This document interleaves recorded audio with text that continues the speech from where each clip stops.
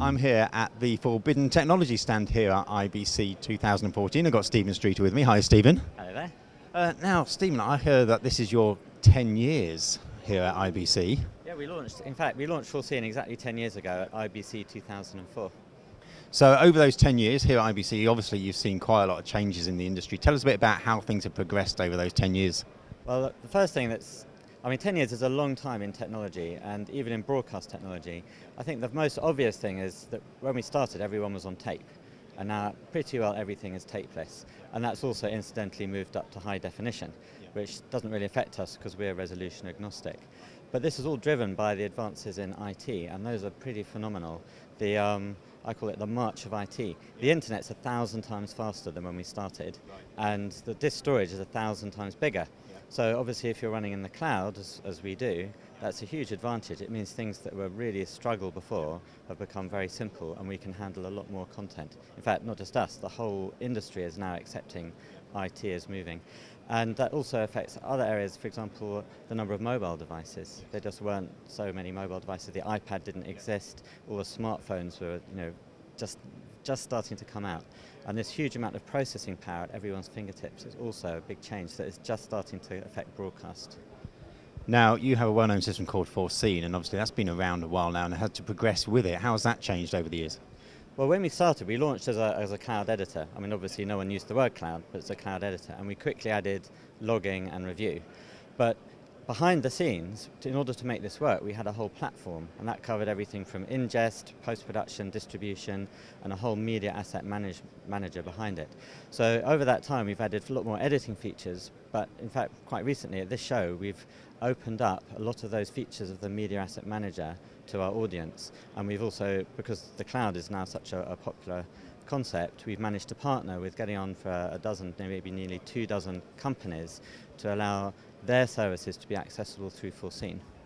So yeah, talking about, let's get up to date a bit here now then. So we're sitting here, IBC 2014, and we're seeing mobile devices around. You say the internet has dramatically increased in speed and power. So what are some of the features that we're now seeing in Forscene? Well, we've added quite a few features to support the creatives. Traditionally, we've been used by the loggers, and the producers and directors would do editing. But once we got into sport, we realized people were using us for an end-to-end workflow. So they'd take live feed in, they'd do all the post-production in Forscene, and they'd produce high-definition output. So we've now started to address this creative market. What we have, first of all, is a new skin, because the look and feel is very important for creatives, just that they know that they're using a really professional product. So we've just launched this at IBC. This will be released in about 6 weeks, and it allows just a lot nicer experience when you're using the editing system.